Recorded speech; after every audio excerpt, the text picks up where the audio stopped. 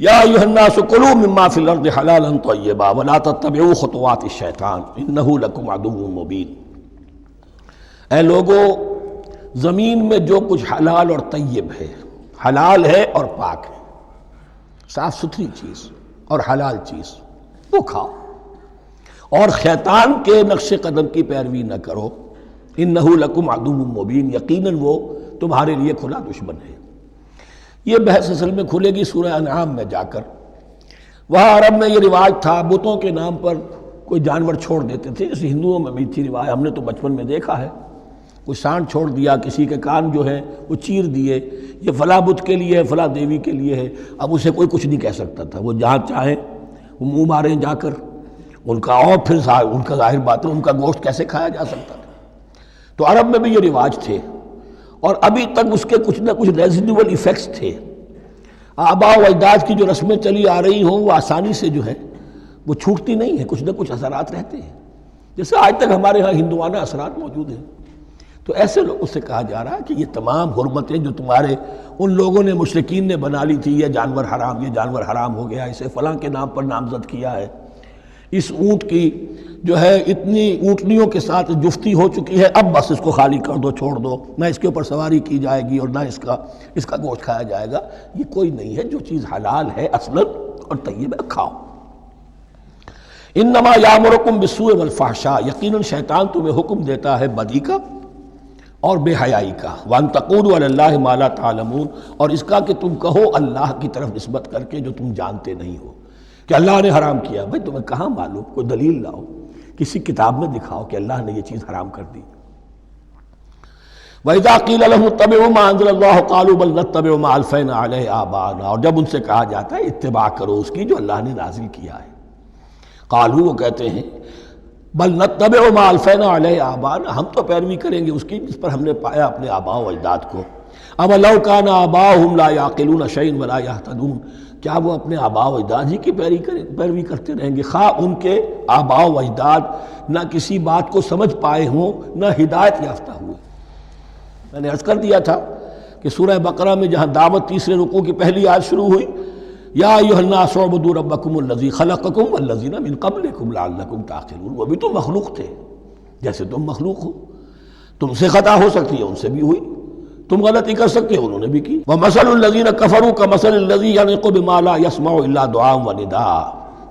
یہاں ذرا تمثیل کے اندر ایک پیچیدگی ہے کہ بظاہر ترجمہ تو یہ ہوگا کہ مثال ان لوگوں کی جنہوں نے کفر کیا اس شخص کی سی ہے جو پکار رہا ہے ایسی چیز کو جو نہ سنتا ہے نہ سمجھتا ہے۔ ہاں یہ پتہ چلتا ہے کہ کچھ پکار رہا ہے، جانور ہوتے ہیں انہیں اور کیا سمجھ میں آتا ہے۔ تو یہاں پہ اصل میں تمثیل میں مراد یہ ہے کہ حضور صلی اللہ علیہ وسلم اور مسلمان ان لوگوں کو جو سمجھانے کی کوشش کر رہے ہیں ان میں سے کچھ ایسے بھی ہیں کہ جو کچھ نہیں سمجھتے، دعا اور ندا تو ہے، صم بکم عمی فہم لا یعقلون، لیکن وہ بہرے بھی ہیں، گونگے بھی ہیں، اندھے بھی ہیں، وہ عقل سے کام نہیں لیتے۔ یا ایھا الذین آمنوا کلوا من طیبات ما رزقناکم، اے اہل ایمان کھاؤ ان تمام پاکیزہ چیزوں میں سے جو ہم نے تمہیں دی ہیں، واشکروا للہ، اللہ کا شکر ادا کرو، ان کنتم ایاہ تعبدون، اگر تم واقعتاً اسی کی عبادت کرنے والے ہو۔ جیسا کہ میں نے عرض کیا سورہ الانعام میں یہ ساری چیزیں آئیں گی بہت تفصیل سے۔ انما حرم علیکم المیتۃ والدم ولحم الخنزیر وما اہل بہ لغیر اللہ، بنیادی طور پر اللہ تعالیٰ نے وہ کھانے کے جو اہل عرب میں اس وقت رائج تھے ان میں سے 4 چیزوں کی حرمت کا اعلان کیا ہے بار بار، مکی صورتوں میں بار بار ہوا ہے اور یہاں پھر یہ مدنی صورت کے اندر گویا کہ آخری بار۔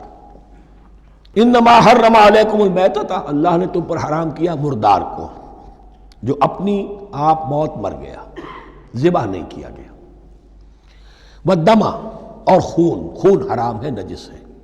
اسی لیے جو ذبح کرنے کا ہمارا طریقہ ہے وہ یہ ہے کہ صرف گردن کو کاٹا جائے تاکہ اس میں شریانے وغیرہ کٹ جائے اور اکثر جو ہے خون جسم کا نکل جائے۔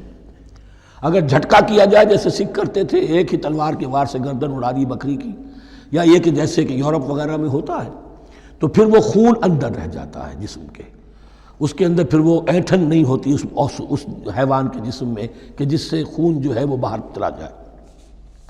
تو وہ لحم الخنزیر، اور تیسری چیز ہے خنزیر کا گوشت۔ اور چوتھی چیز وما اہل بہ لغیر اللہ، اور وہ کہ جس پر پکارا گیا ہو کسی کا نام اللہ کے سوا۔ اب اس میں ایک چیز تو یہ ہے کہ جسی شے کو ذبح کرتے ہوئے کسی بت کا، کسی دیوی کا، کسی دیوتا کا تذکرہ کیا، وہ تو حرام مطلق ہو ہی گیا، اس کا گوشت کھانا حرام مطلق ہے۔ لیکن اسی کے تابع یہ ہوگا کسی بزرگ کا قرب حاصل کرنے کے لیے اس کے مزار پر لے جا کر وہاں ذبح کیا جا رہا ہے۔ پوچھیں گے تو ہم تو اللہ کے لیے ذبح کر رہے ہیں، تو اللہ کے لیے تو اپنے گھر میں بھی کر سکتے تھے ذبح، یہاں کیوں لائے ہو؟ اس کو تم نے کسی اعتبار سے اس صاحب قبر کا جو ہے اس کا تقرب حاصل کرنے کا ذریعہ بنایا۔ یہ چیزیں بھی اسی کے تابع ہو جائیں گی۔ اللہ کے لیے کرنا تو ہر جگہ کر سکتے ہو، ہم تو صرف ایصال ثواب کے لیے کر رہے ہیں، تو اپنے گھر میں بیٹھ کر کرو گے تو کیا ایصال ثواب نہیں ہو جائے گا؟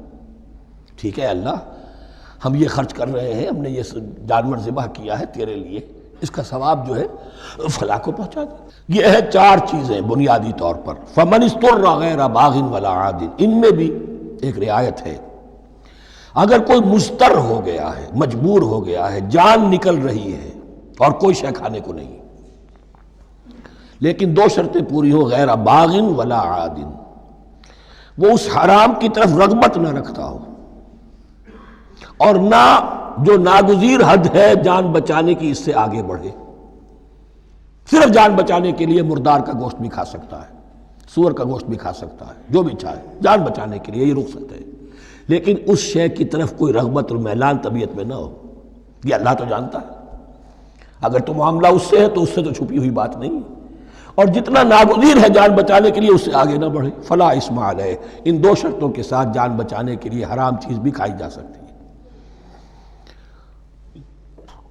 ان اللہ غفور الرحیم، یقیناً اللہ غفور الرحیم ہے۔ ان الذین یکتمون ما انزل اللہ من الکتاب ویشترون بہ ثمنا قلیلا، یقیناً وہ لوگ جو چھپاتے ہیں اس کو جو اللہ نے نازل کیا ہے کتاب میں سے اور فروخت کرتے ہیں انہیں بہت حقیر سی قیمت پر، اولئک ما یاکلون فی بطونہم الا النار، یہ لوگ نہیں بھر رہے اپنے پیٹوں میں مگر آگ۔ ولا یکلمہم اللہ یوم القیامہ، اللہ ان سے کلام نہیں کرے گا قیامت کے دن۔ ولا یزکیہم، نہ انہیں پاک کرے گا۔ ولہم عذاب علیم، ان کے لیے دردناک عذاب ہے۔ اولئک الذین اشتروا الضلالۃ بالہدی، یہ ہیں وہ لوگ کہ جنہوں نے ہدایت دے کر ضلالت خرید لی ہے۔ والعذاب بالمغفرہ، اور مغفرت اللہ کی اپنے ہاتھ سے دے کر عذاب خرید لیا ہے۔ فما اصبرہم علی النار، تو کتنا ہے ان کا حوصلہ آگ کے لیے، بڑے صابر ہیں اس جہنم کی آگ کے لیے، کس طرح تیاری کر رہے ہیں۔ ذالک بان اللہ نزل الکتاب بالحق، یہ اس لیے کہ اللہ نے تو کتاب نازل کی حق کے ساتھ۔ وان الذین اختلفوا فی الکتاب لفی شقاق بعید، اور یقیناً جن لوگوں نے کتاب اور شریعت میں پھر یہ پگڈنڈیاں نکالی اختلاف کی، وہ بڑی ہی دشمنی میں اور بڑی ہی شقاوت کے اندر مبتلا ہو گئے۔